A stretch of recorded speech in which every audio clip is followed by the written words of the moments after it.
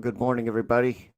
This is a special Thursday session, mostly because why?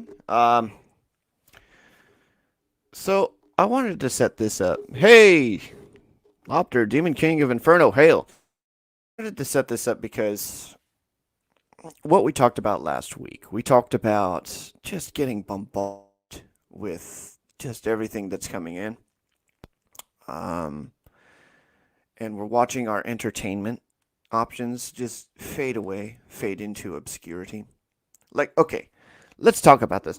You're scrolling through Facebook, and then all of a sudden you see political ads, and then all of a sudden you see, hey, are you voting? Are you registered to vote? You click off Facebook, the Instagram. Hey, are you voting? Are you registered to vote? And then you go to another traditional source of getting away from any kind of real world shit. You go to sports. Hey, LM. Hey, are you voting? And then you go on Twitter. Hey, this politician said that. This politician said this movement did that. And you see that with celebrities. You see that with Hollywood directors. You hear all your entertainment. And all of this is injected into the as well. So what you're faced with is just this consistent battering over the head of politics, politics, politics. And you say, okay, it's time to take a break. And for the longest time, I've been saying, we need to make our own entertainment. We need to make something of our own that we can enjoy. Again, cool shit. So today, I'm going to put my money where my mouth is, and we're going to make some cool shit. And I've set up my camera in this way. I don't know if it's like fully functional like this. It's probably better if I do like a top down. I don't like the shadow coming off of this, but we're gonna try something. And the reason I incorporated this into the therapy session, therapeutic. You can draw the things that please you, the things that you're interested in. So Makani, one of the artists who draws a bunch of stuff for the Phantom Menace, he draws just these stunning ink poured onto the page of women and vehicles. It takes effort, but he's satisfied in doing that. J. Scott Campbell draws the best women. Not a fan of his men, but you know that he draws the women with no organs, and that's his thing. Jack drew a bunch of stuff that was out of this world bonkers, and that was his thing. So what I want to do is draw something that appeals to me, something that reflects a little bit of what's going on in me, and that's the thing about art. You draw it to reflect the things that are going on within you, or you know the things that you're interested in, and ultimately it has to capture your gaze. So let's start it out. And this is my first time doing this. Bear with me, folks. What's going on in me today? Well, two warring forces. One is on that side, and the other on that side. And this is a purely creative process, so just bear with me. And I apologize for the slowness of it, but here's something. This is too light for me. So, fuck that. We're going to get something a little darker, a little more. Oh, there we go. Yes. See, the darker line, I can dig that. So, You got two warnings. Now, what are these warring factions doing? One might be, just bring a punch in the extension of the arm there. And the other might be ready to throw a punch. A connector across the bow, you know? Um, but we don't want these to be human. We don't want these to be semi-human. Looking like humans, but a little more, how you say, demonic. Let's do it. So, anger, rage, frustration, demons attacking each other in the guise of man, in the form and the guise of man. And here's where it really comes into play. You're just drawn away, and you don't give a fuck anymore about what kind of standards of art and beauty come into play. I mean, that's eventually comes into play, but you want it harsh. You want it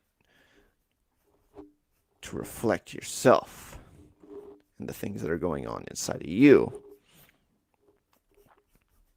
So it doesn't matter. Aesthetics are not a thing right now that you're concerned with. What you're concerned with is getting out whatever's inside of you. And yeah, it's going to look horrible. It's going to look like you can't sell it on the open market. But guess what? You can clean it up later. You just want to get the concept out. And eventually, what you've got is something that you can say is fairly reflective of the things that you're feeling, the things that you're going through. Give him an earring. Fantastic. Give him some semblance of a chin. And there you go. And because these are strong and dynamically potent demons, we're going to give them a musculature. Because, of course, we don't want our demons to be weak. We want them to be strong. We want them to be reflectant of the raging battle going within us. So you don't want weak ass to represent the rage that's inside you. So you make strong ones that look like they can tear you apart within a moment's notice. And after you've kind of made your attempt here, just kind of flesh out what's left. You just say, fuck it. The end. At the end, it's about rage, contempt, anger. Oh, what does the other one look like?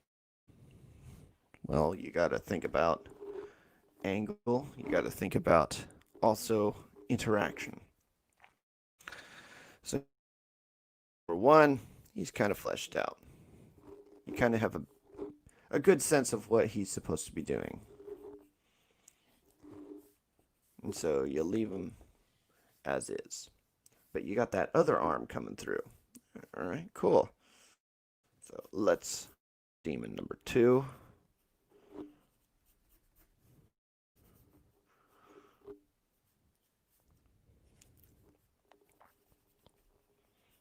This one will be a little more stylized. Yeah.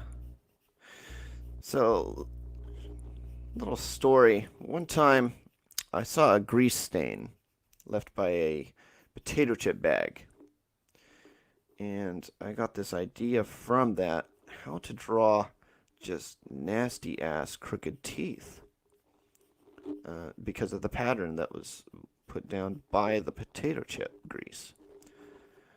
And from that, I made a piece for I guess, my French teacher at the time. Maybe it was my English teacher. And it was called Apple for the Teacher. And in that, I had this.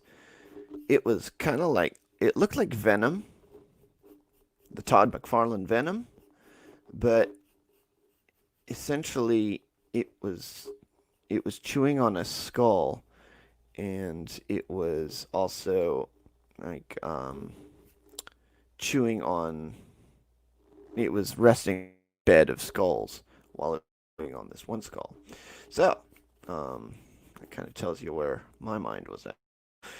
There, um, it doesn't matter how fucked aesthetically everything is, because at some point you're gonna clean it up and make it look either weirder or you're gonna make it look cleaner, and that's according to your aesthetic, um, how you value your aesthetics. So a lot of people go dark when they do this kind of artwork. I tend to have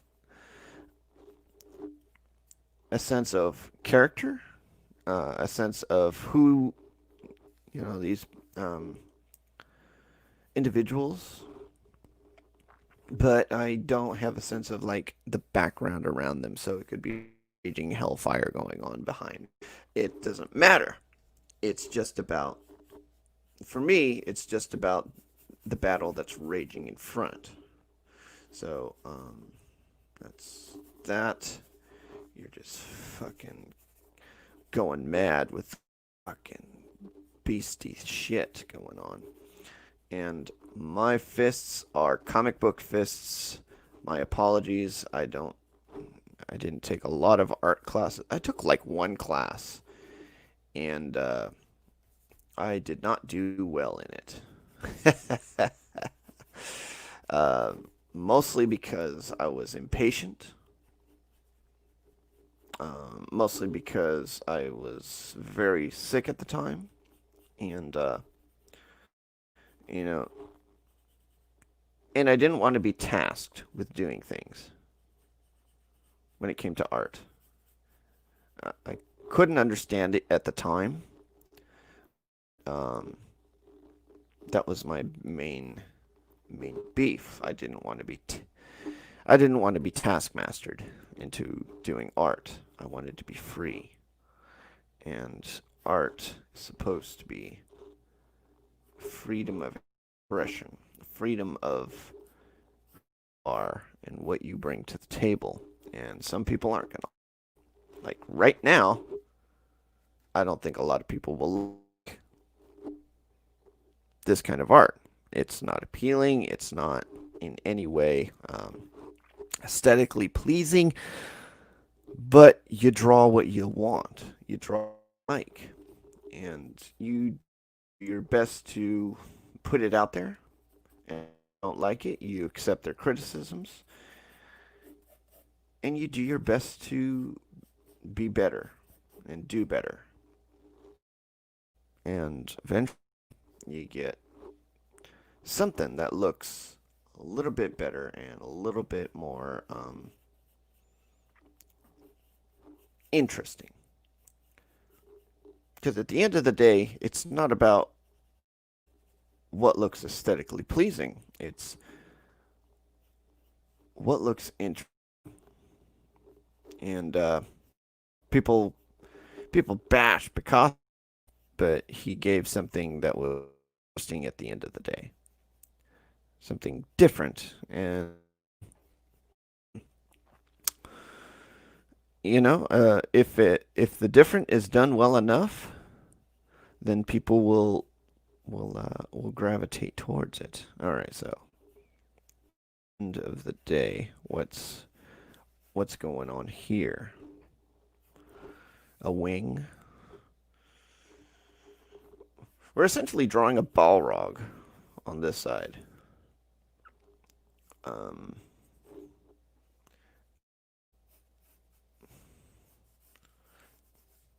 Although the wing of smoke, I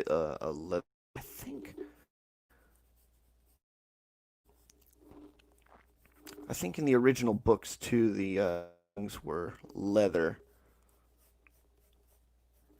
Since I've actually read the book, I do remember in the Lord of the Rings movie there was Tom Hill, which they left out of the movie altogether because I guess it didn't fit with what was intended as the overall narrative. And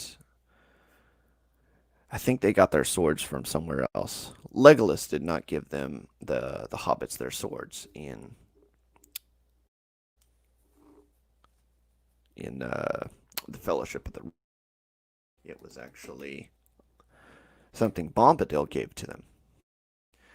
Anyway, so that's what we got. And dude, look, one took about 15 minutes to get kind of a sketch I wanted. Now, obviously, because they are darker lines, you could start with a lighter shade and then fill in later. But what I like to do is I like to go dark, especially when it comes to pieces like this. You just start shading. What the hell? No, not that one. Might as well go back to the one that we had before. So, you go dark. You just fill in the spaces. You go in and you make the attempt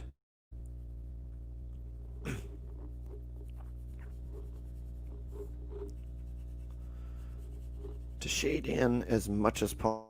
My shading is horrible. Thank you very much. I know. At one point, I was taught colors and all that stuff, and I didn't follow through with a lot of that training. I just did whatever colors felt right to me, and ultimately I got a D in that class. What a fucking... Alright, whatever. It is what it is. Um, but yeah, you fill in the darkness. Kind of reflects the darkness in your soul. And here's the thing, a lot of these line artists, a lot of these guys who, Kirby, for example, a lot of that stuff that he did would not amount to much if not for talented inkers as well. So it's one of my main weaknesses that I cannot apply inks. I cannot bring the things out to pop them, and it's a really on my that I can't do that. At one point, I will hone my skills enough, but that's and then Makani, I got this idea from you, so thank you. But demons are so powerful, just drawing things that are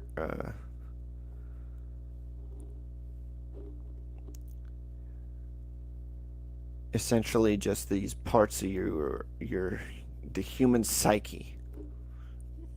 Not so much the human psyche, just a projection of the ills and the inadequacies of our own selves.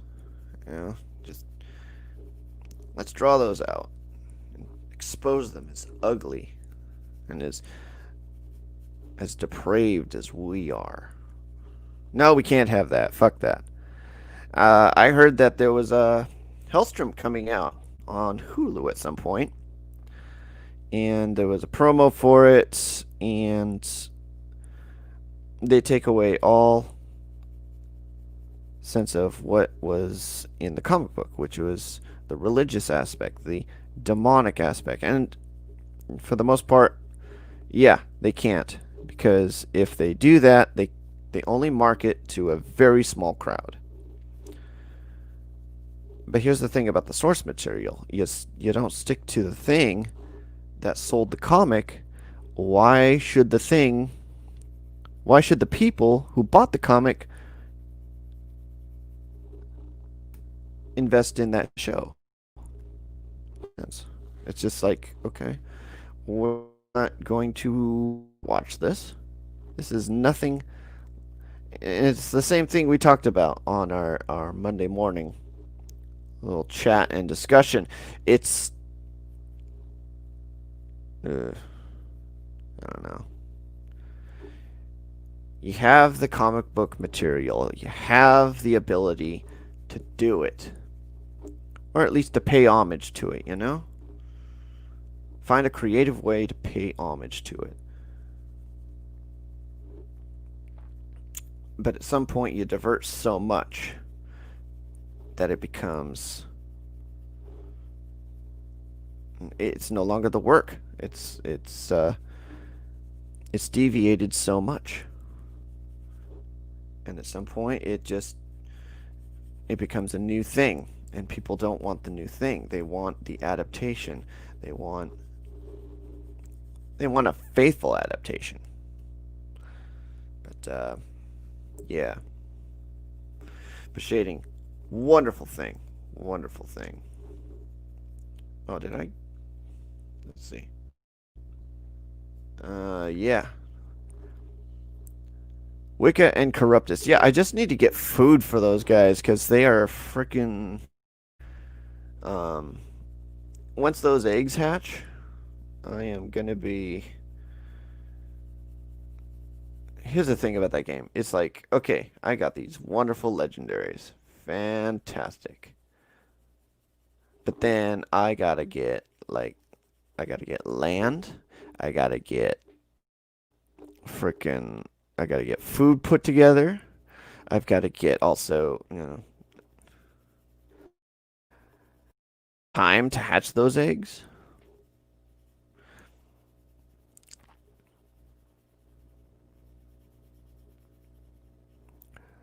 Like, yeah, they are great in battle, I'm assuming. I haven't looked up any videos on those guys, but it's just like, what am I gonna do here? I just gotta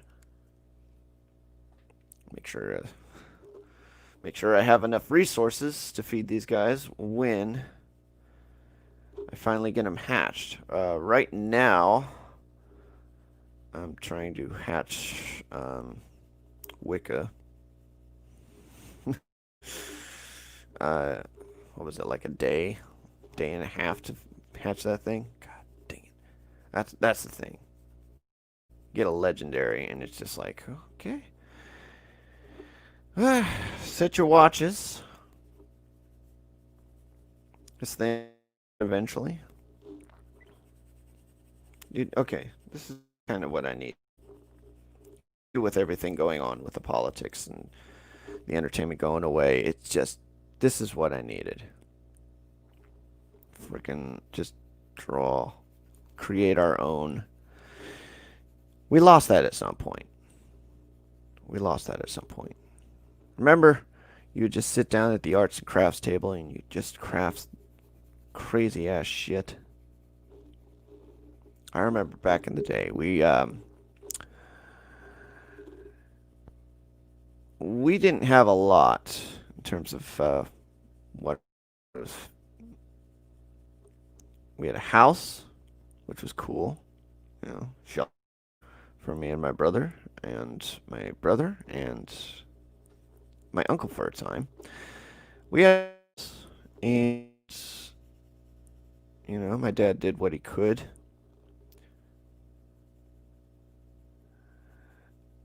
There was TV, but TV was very limited to the programs that it could show. So Dragon Ball Z at some point would Nami. Um, you kind of grew up with whatever was on.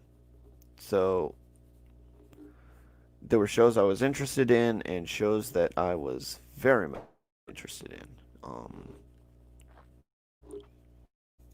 People remember Adult Swim fondly, but I did not.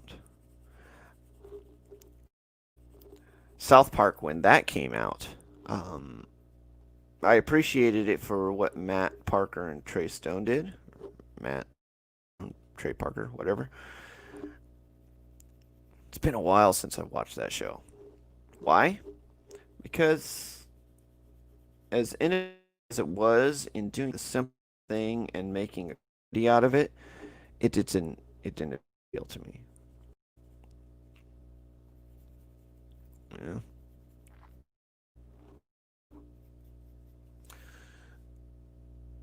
But that's the thing. You watch what appeals to you. I was drawn to the Dragon Ball Z, and I watched the shit out of that show. I watched reruns of that show. Batman the series was the shit, and I watched so many episodes of that one. Tim Daly from Wings, he was the voice of Superman in the animated series. I watched the shit out of it too. One of the big moments out of that show that I remember was Daniel Turpin getting blasted by Darkseid, and then Daily Superman just flying at him, calling him a murderer, and it was like weird. Like his forces were just ramped the city. You don't think he just murdered a bunch of people doing that? That was my somewhat teen brain thinking through the whole thing. With parademons just flying through. They weren't harming people. You bet they were. Um, but yeah, that's neither here nor there. That was my childhood. Freaking,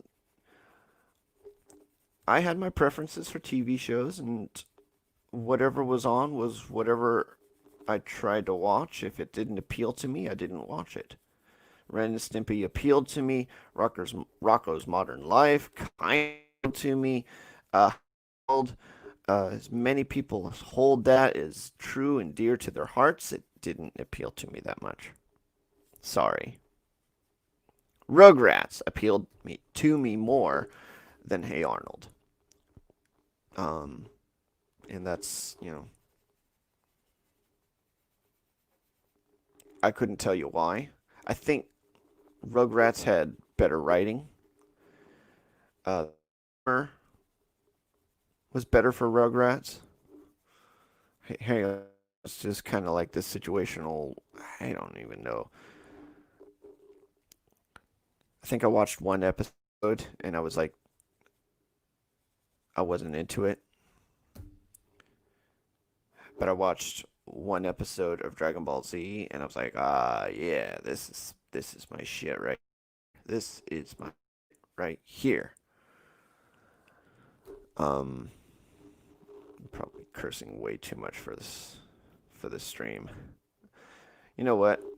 At some point, I should test the new system that they have on YouTube. I joke with Comics Division, just put up some softcore on here and see if the age restriction thing comes into play. But yeah. But yeah, back again. Shading. So you notice how it was before. If you rewind the tape, you can notice that there are less details. But right now, you can see as I shade it, the picture come to life. Um, that's the thing. That's the thing about lighting too. My gosh, that's the thing about lighting too. Let's talk about this. So there's a Wonder Woman uh, '84 kind of thing. It was like a clip, and it was Diana in the gold suit, the gold armored suit, and she was flying in on some, I don't know what they call them, some troopers or whatever. She flew on them, and the lighting in that scene was just so horrible. It's like she was CG, and they hadn't like matched, synced up the CG, lighting, the lighting on the scene. And then there was this rock that was in the back that wasn't rendered correctly, and it was an ugh. It was like Neo in uh, not Matrix Revolutions, Matrix Reloaded, and that fight scene with all of the agents. That's the way he was. That's the way Diana was animated. Just the lighting was not fitting with the situation. What they should have done is they should have green had her in the harness with the suit, green screen the rest of it, and then did that scene and have everybody reacting to Diane, and it would be like match those two up together. But that's whatever. It's neither here nor there. I don't think that's going to come out anytime soon. Maybe they have time to work on it. Hopefully. Hopefully. Now, with everything delayed, I think, you know, this is a signal. This is a signal to Hollywood. Whatever you have unfinished, whatever you think needs to get polished up, it's time to polish some shit, bros. Because when the open back up and your shit still looks like shit, it's going to be right here.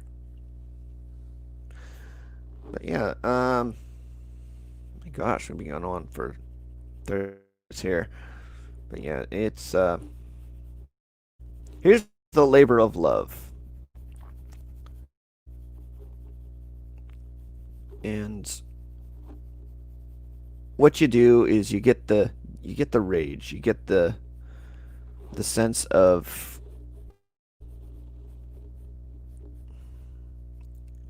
anger, frustration, all of that. That's part 1. And then part 1's done. 1 is basically just outlining what you're feeling, the hurt, the pain, the regression, the apathy, whatever's in you. All of that is just put on the paper in raw and unfiltered form. Eventually, what happens is now you flesh it out. Now comes the work. Now comes the real of trying to make things pop, trying to make things look a little more significant. Give them life. Breathe in them the anger, the frustration. Make them relatable. If I don't even know how to explain it, but that lighting is very important to the scene that you're creating, to the characters that you're trying to flesh out. And I notice a lot of artworks, they throw in a bunch of lines, and they try to darken things up a lot. I bought this comic in one of the Comic Cons 2 years ago, and it was a retelling of a Chinese tale. So it had its certain audience, right? But on top, here's the thing that I found really weird about it. It was just shrouded in darkness. These very faint figures that you could barely make out in the scene.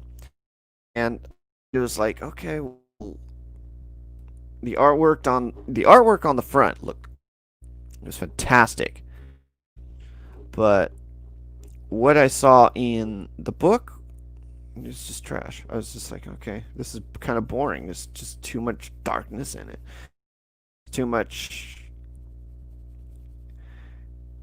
And yes, there are scenes that darkness is justified. If you're in a deep, dark, boiling pit of hell and the only light is the fire that burns you, then yes, that's justified. It's just make it as dark and as dreary as possible, and also um, set that tone, set that mood. If it's a night setting, set that tone, set that mood. But don't make your entire comic book in the night.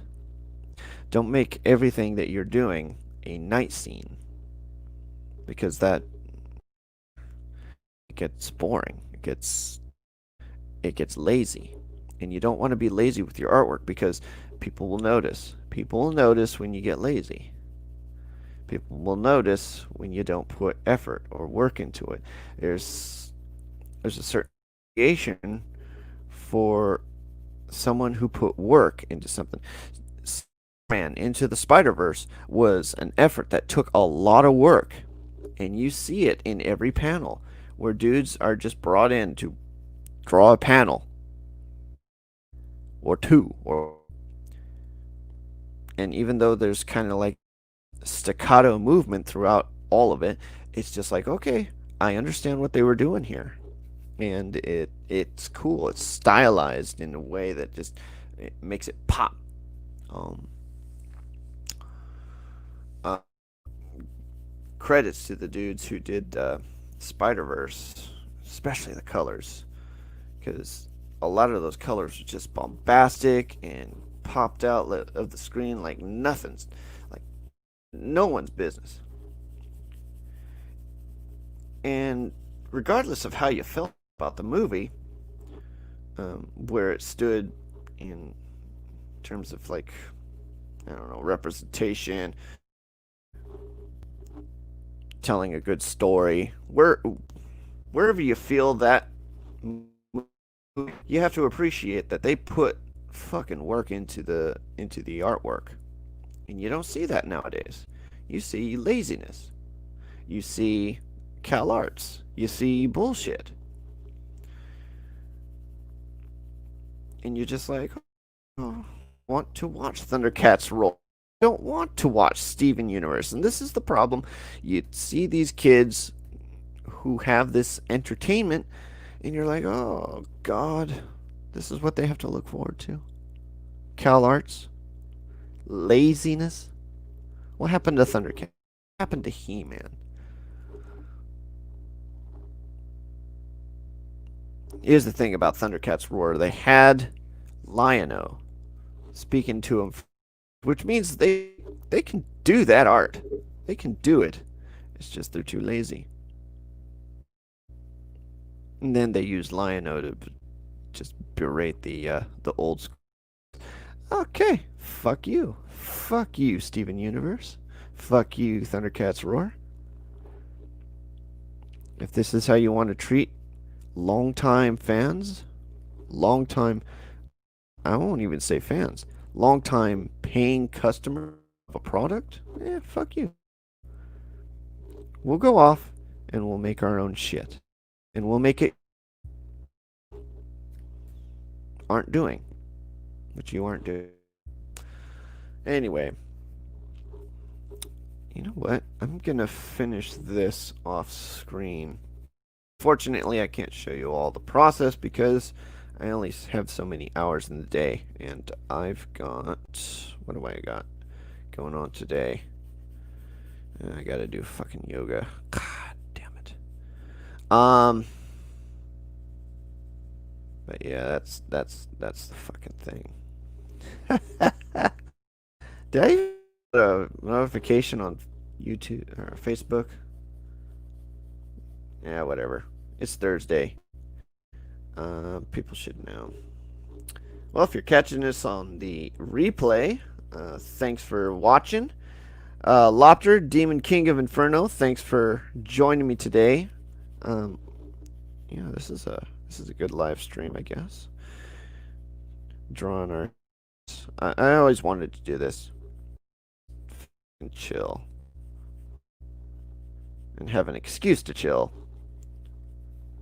by putting it on live stream, and then you guys could be part of the process. You guys could join me and interact with me, and I could talk about shit while I'm drawing. Um, it's the even though I say I'm gonna escape into my own shit here, it's just like I'm talking about the shit at the same time. The shit that plagues our current system. Um,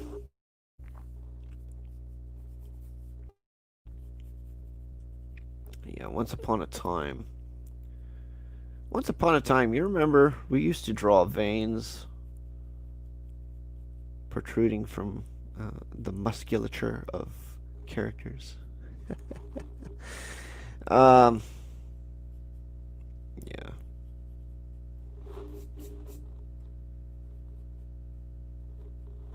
These draw. I like this. Um,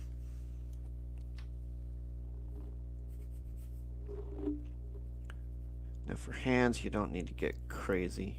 You can just be as detailed as you want to be. You just want to get an impression of what's happening. You want to get a sense of the movement, that you're just catching it at the end of whatever's happening. Um, but yeah, that's. Anyway, thanks for joining me, folks. We will do this again next Thursday, and I will see you then.